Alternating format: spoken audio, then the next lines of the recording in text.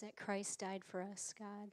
That even in our ugly, God, that you are there waiting for us to come to you. Father, this morning as we are here, and God, just help that we have open our ears so that we may be able to listen to the message, but also our hearts so that we can receive it, God. And we love you. Thank you for being so good to us. In Jesus' name, amen. You may be seated.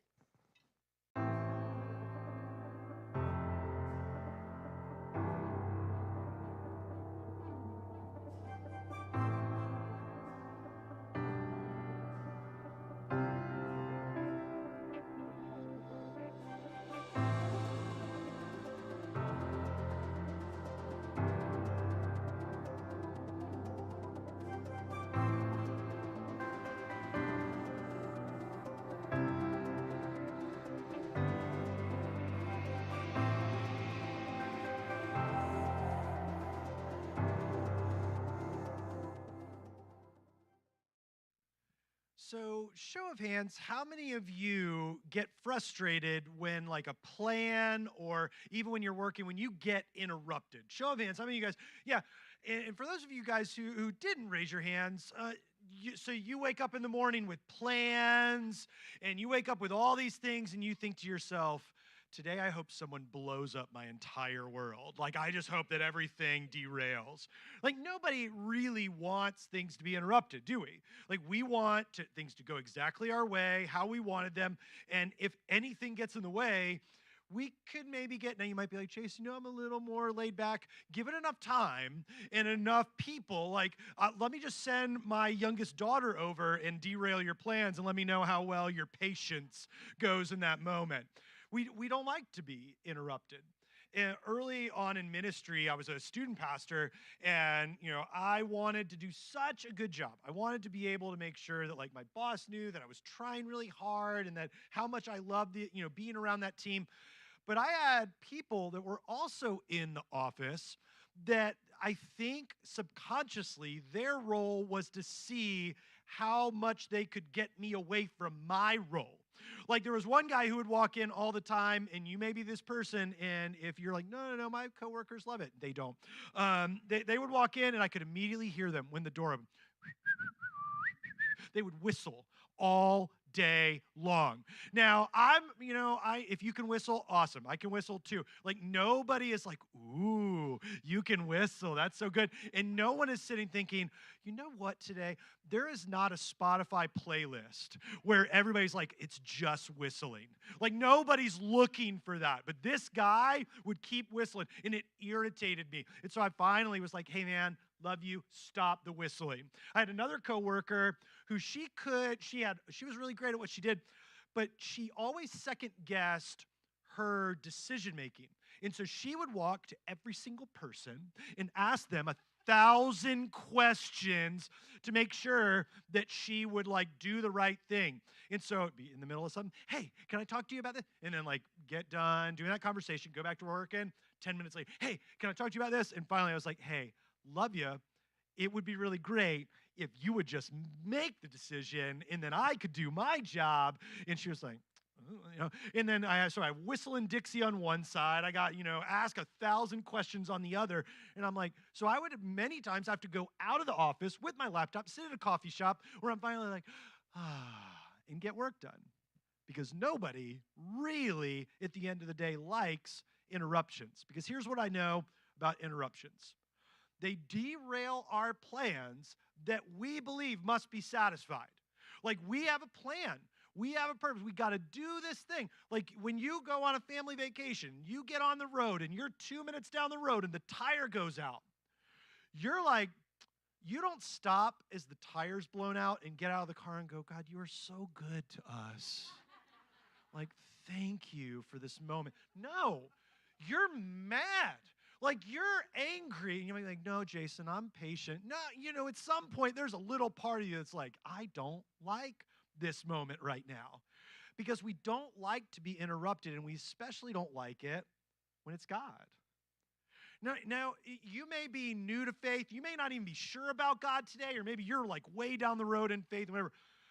very often, no matter where you're at in the journey, when God interrupts things, we don't go, man, God came in and I'm super pumped that my life went and it goes this way. Because when God interrupts stuff, he doesn't just do it a little bit, God is all in.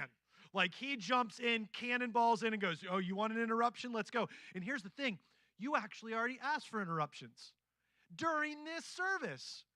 We sang that song, so come now, Lord, like never before. You've already asked for it. So if you're like, no, you're like, I'm never singing that line again.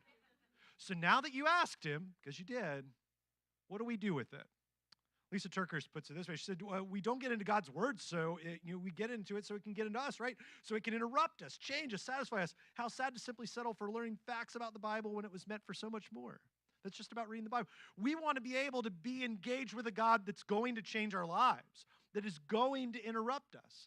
And since we all already asked that question, all right, God, let's invite you in. Now you're like, oh no, we actually need to know how to respond when it happens, because here's the reality.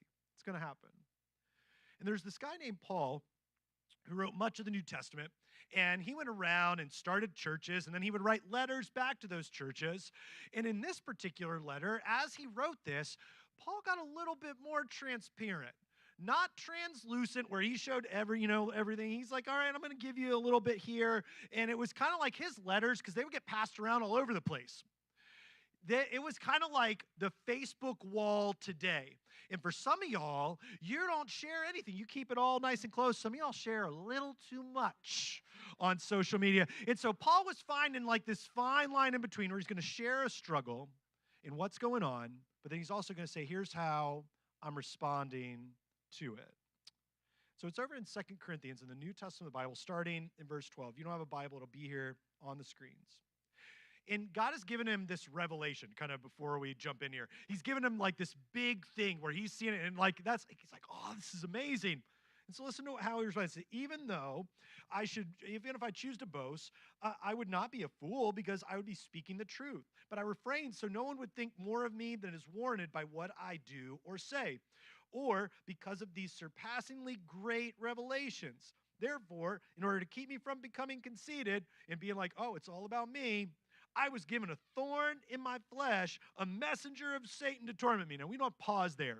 Now, you'll be like, God sent a messenger of Satan? No, he's using some colorful language here, some descriptive language to say this is bad. If you ever, like, for instance, if you've been around a kid that's a little bit misbehaving or a lot misbehaving, you may have looked at him and that boy's a demon or whatever. Now, you didn't believe it, or maybe you did, I don't know, but like, you're using language to say that what's going on there is bad. What he's sharing in this moment is, hey, because God knew that I could make it all about me and live a life where it's all resting on my shoulders because I've got this, God goes, actually, I'm going to allow something to be able to keep you even keel, to remind you it is not about you and to rely on me. And there's been some speculation about what this could have been from passages as Paul has written. Some think it might have been that he was having a difficulty in verbally speaking. Some think it might have been his eyesight, that he had bad eyesight. Some a physical tremor.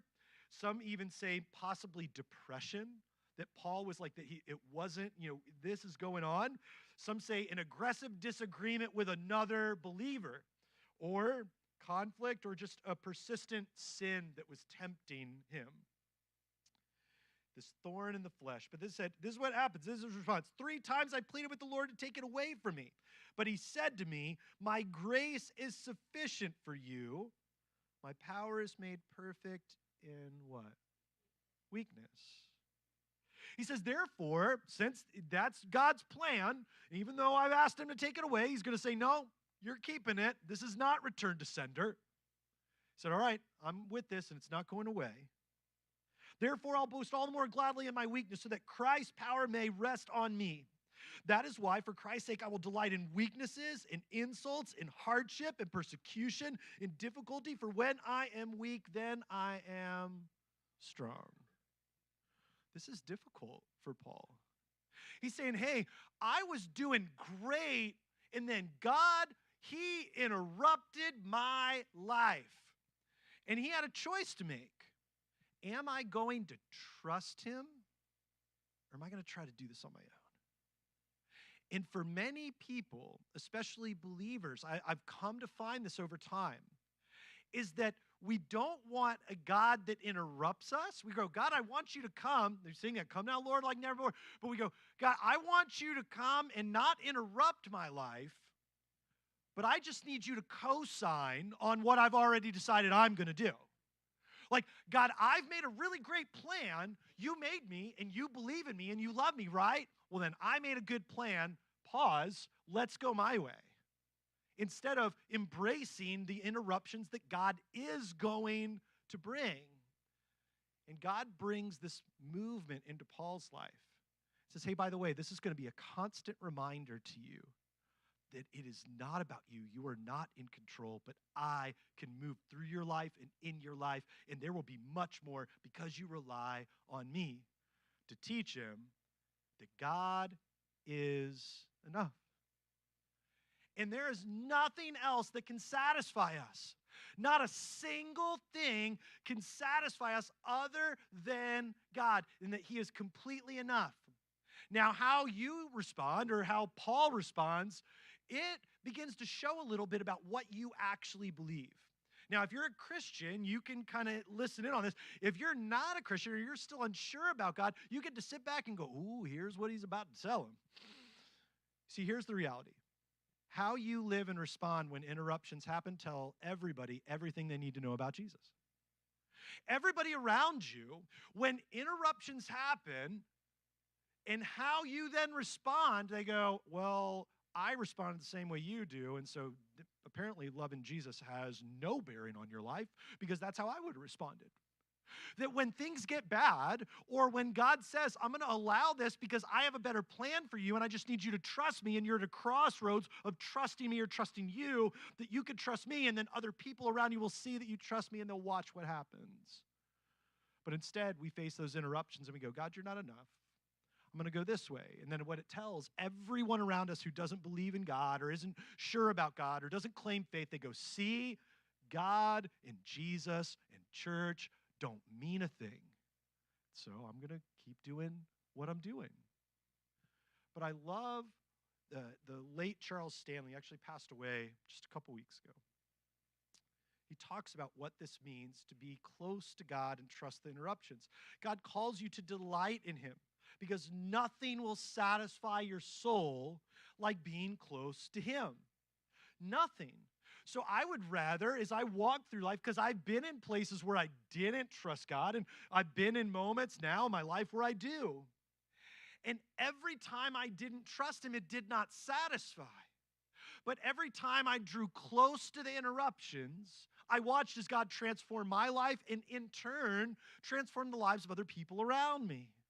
And Paul saw it. I've begun to see it in my life time and time again. And he's saying the very same truth to you, that God is enough. Embrace the interruptions and trust him in the process. Because when you draw close and embrace the interruptions, you'll be satisfied. You will be absolutely satisfied as you experience God's presence. And you cannot experience that from far off. As a kid, we had a wood-burning stove in our house. It was a freestanding wood-burning stove. It was a little itty-bitty house off of Appian Avenue over in the Plaza area. And I remember that wood-burning stove got really hot because I have a scar to prove it. Like, you know, no matter how many times our parents said, don't touch that. If you're a boy, I mean, sometimes a girl, like boys have just natural inclination to be like, I don't believe it till I'm hurt. And so like we would touch it, and sure enough, I got a scar on my wrist to prove that I'm dumb and that it is hot. And that wood-burning stove would heat our entire house. And the closer that you got to the stove, the hotter it was. And so I remember we would hang out around there and have family time and all that in that room. But when we would open our doors at night, we would feel the heat moving through the house. But if you wanted to be warmer, you would have to make the trek from the one end of the house to the center where the heat was the hottest.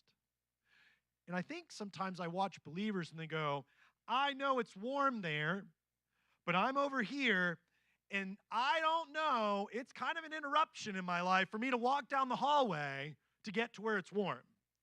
And so, God, I don't really want to do all that. That's a lot of work. God, that means right now I'm really comfortable in my bed.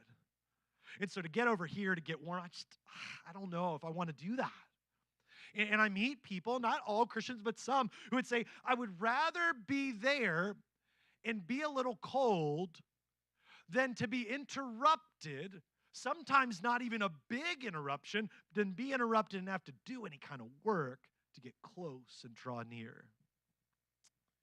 There's a guy I want to share his story. His name's Simon Peter. And Simon Peter, throughout the New Testament of the Bible, is the guy that just like jumps first and thinks later. He is that guy. But this is actually when Jesus meets him in the process. And he gets a very big interruption with Jesus and has to make a decision about what he's going to do. You see, at this time, Jesus is teaching along the Sea of Galilee. And there's all kinds of people there. And Simon Peter, his occupation is a fisherman. We're going to see what happens here as Jesus interrupts his day. And how many of you guys have ever had just a really bad day? Yeah, like just that moment where you're like, if I could fall asleep, like especially when it's been a bad day and it's in the middle of the day, and you're just like, I don't want to, the rest of this is going to get worse. If I could just go to sleep now and wake up tomorrow, we're going to hit the reset button and we're going to try again. That's when some of y'all, especially like if you're parents, you're like, kids, here's some food. You lay it out on the counter and you go to bed. There is nothing wrong with that. Or you're just like, this is a bad day. We're going to start it, but what are we going to eat for dinner? I don't know, Pop-Tarts. I'm out. Like I'm going to do this. It's been a day. This is that kind of day Simon Peter's having. And then Jesus is like, oh, you think you're having a day? Just wait. And so it jumps over in Luke chapter 5. And it's not going to be on the screens. I'd love for you to listen along. It says, one day as Jesus was standing by the Sea of Galilee and people were crowded around him and listening to the word of God, he saw at the water's edge 2 boats left there by fishermen who were washing their nets. Now, you're only washing your nets if the fishing day is done. So they've already been through all their stuff, and we're going to catch up to how much more it was here in just a second. So Jesus saw that they were doing this and left them alone. Nope. He saw one of the boats belonging to Simon and asked him to put the boat out a little from shore. Then he sat down and taught the people from the boat. And so Simon was pretty kind. He had a long day, and so he's like, you know what? But he still wants to be a kind person and put Jesus out in the boat so that people could hear him along the shoreline. When he had finished speaking, he said to Simon Peter, put out into deep water and let down the nets for a catch. Now, Simon Peter is a patient man because, first of all, you don't just get into somebody's boat and not ask him. He's already in the boat and then makes the request. And so we hear from Simon Peter, he's a very patient man, even after a long day. But now Jesus is asking a lot. Simon Peter answered, Master, we've worked hard all night and haven't caught anything. And so he's already washed the nets. He hasn't caught anything, which maybe for you and I, unless you are by occupation a fisherman, you don't catch anything and get skunked. It's kind of a bummer, but you go home. Not Simon Peter. This is his livelihood. For everyone around him, not only do they not have dinner, but now they can't sell at the market and for the town to be able to get the money that they have for the next day or the next few days. And so he's had a long day. And on top of that, this is a rabbi asking him this. And if you've ever been fishing, there is a really big rule. You don't tell another fisherman how to fish. I've never been with my dad when I was a kid and watched one of his buddies go, and my dad's name's Steve. Hey, Steve, you really casted that the wrong way. How about you get a different lure and I'm going to show you how to do it? No, you do not do that. You just let him fish. Never heard my dad say that to somebody else. Why? Because you don't tell a fisherman how to fish. And Jesus isn't even a fisherman. So now he's had this long night. He didn't catch anything. He washed his nets. This rabbi told him to go out into the water. Now he's asking him to go even further. Listen, and if I were Simon Peter, I'd be like, listen, I'm a fisherman by trade. I've already done the work all night long. Rabbi, I hear you. That's very sweet of you. But I'm ready to go home. I'm a little bummed. It's been a long day. I'm tired. I haven't caught anything. And money's going to be tight. We're going to have to eat Israeli ramen for the rest of this month. I'm just going to need you to leave me alone. See, this is the moment where Jesus is interrupting Simon Peter's life. And if that had been me, I would have pulled the boat in and gone because I was tired and I just was done. Chances are you probably would have done the same thing. But listen to what Simon Peter says next. We've worked really hard all night and haven't caught anything. But because you say so, I will let down the nets. You've been in a moment where you've been, for lack of a better term, pissed off at the interruption. Life has gone differently than you intended it to, and you are tired. You just go, I'm done with this. I don't want to do this anymore. I am finished. God, please stop. I just want to go home. Or, man, I'm frustrated with you. Man, I know that you're supposed to be the God that's always faithful, but right now I don't see the faithfulness. If we're honest, there's moments where you felt that way. God, I just want to go home. But not Simon Peter, because you said so. Look at what happens when we, at the fork in the road of interruptions, choose Jesus. When they had done so, they caught such a large number of fish that their nets began to break. So they signaled their partner boat to come over and help them, and they came and filled both boats so full that they began to sink. But it didn't stop there.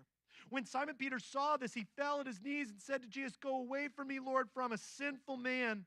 For he and all his companions were astonished at the catch of fish they had taken. It shouldn't have been a bunch of fish. They were just tired and want to go home, but with Jesus, when we listen, yeah, it's an interruption, but oh, what an interruption it is when we trust him. And Jesus said to them, "Do not be afraid. From now on, you will fish for people." And at that, they pulled their boats up to shore and left everything and followed him. But because you say so, what would happen in your life if you would just trust the Son of God? In the moment where you just want to walk away. And nobody would blame you. Nobody would blame you because life is hard, it's difficult, it's been hurting. You are done. You just want to go home and rest and do a reset and start tomorrow. And instead, in the interruption, you said, "But because you said so." How would your family change? How would your relationships and your friendships change? How would you look at your situation and go, "You know what? Today I woke up and I didn't want the interruption, but the flat tire happened. And I actually was able to respond, God, thank you, because it's beginning to change some things for me."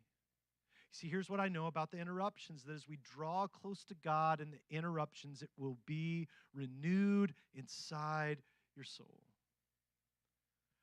Simon Peter's entire life changed.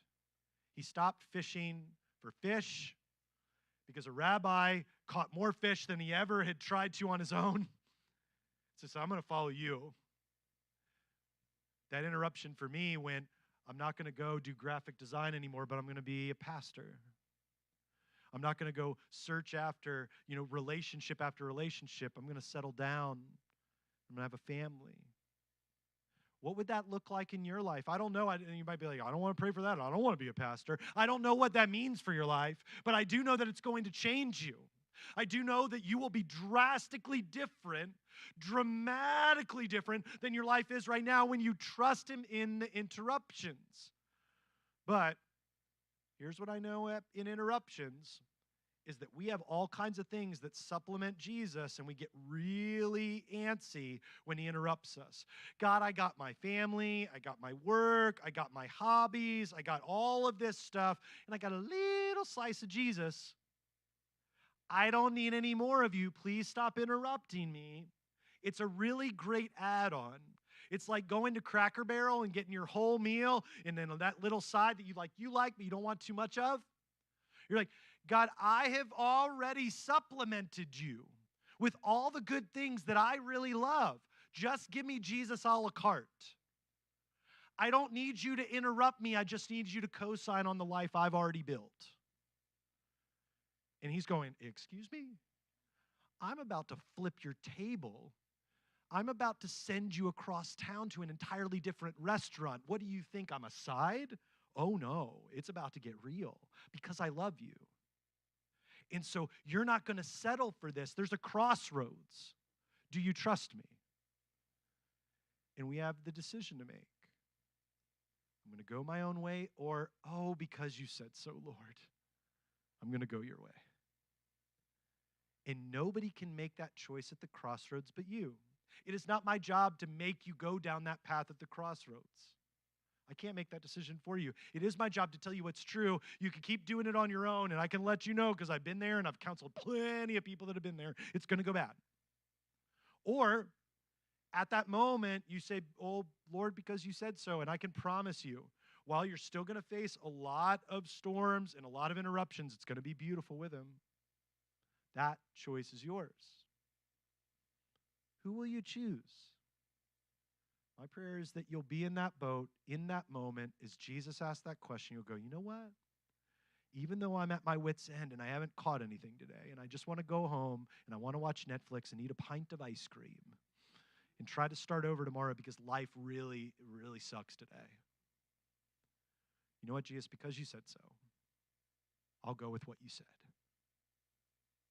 And man, your life's going to change in the process. Would you pray with me? God, I pray today, as we have plenty of interruptions in life, that we will trust you. That in the throes of the moments where we just want to give up and we just want to go home and start over tomorrow, that we instead will put the boats out to deep waters, that we'll throw the nets out after believing that we always get it right, that we would still instead trust you, and that we'll watch as not only the fish come, but that our lives will be transformed in the process. God, we thank you for the interruptions that all of us already asked for earlier. And God, help us to respond in a way that Paul did, in the way that Simon Peter did. Say, all right, Lord, because you said so, I will go. God, we love you and we thank you for the interruptions that transform our lives. It's in the name of your Son, Jesus, we pray. Amen.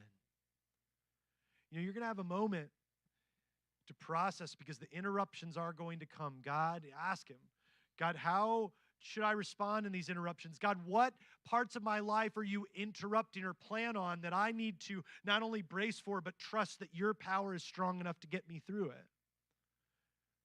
And as we process these things, not through an altar call, but just between you and God, we're also going to celebrate communion in the next few moments. There's going to be a station in the back and stations up here. There's 2 cups with the bread and the juice, and it's a beautiful reminder that while the world was falling apart, God said, I love the world too much. Let me interrupt the process.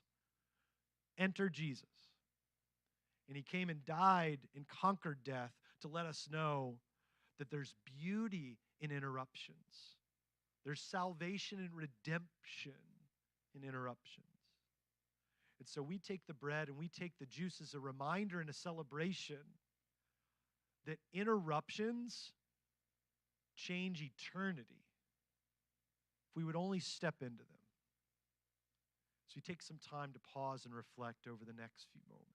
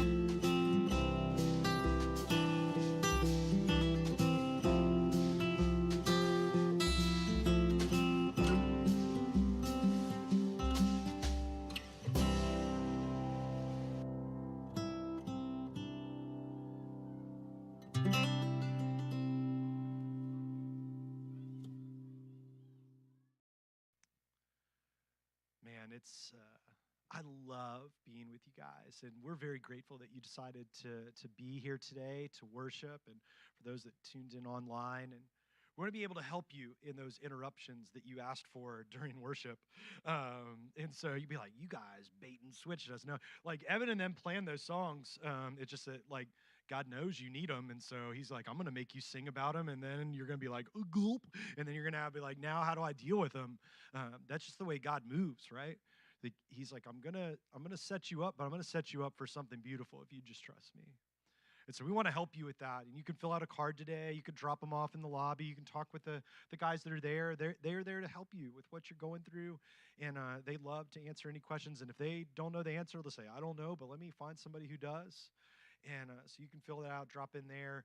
And we just want to be a resource for you. Again, we have free Bibles in the lobby. You can pick one of those up. If you're new, this is your first time here, thank you for being here. We know it can be intimidating walking through the doors of a church where you might not know anybody, singing about and learning about a God you're not even sure if you believe in yet. So we have a gift just to say thanks for being here and being a part.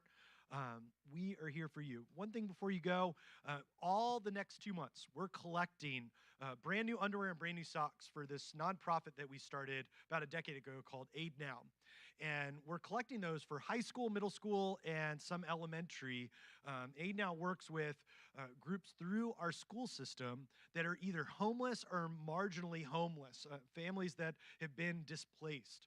And so over the next 2 months, we're doing that because they have a big event at the end of summer before kids go back to school to help families. So these kids, it's hard enough walking through the doors of school on the first day of school, much less if you are in those kinds of circumstances. And so they get all kinds of different grants where they're able to buy things. They have people who donate things. I want us to be a church that gives them so many new socks and underwear that instead of them going, oh man, we have to go buy some more, that they're like, we have no clue where to put all this stuff. And we're like, cool.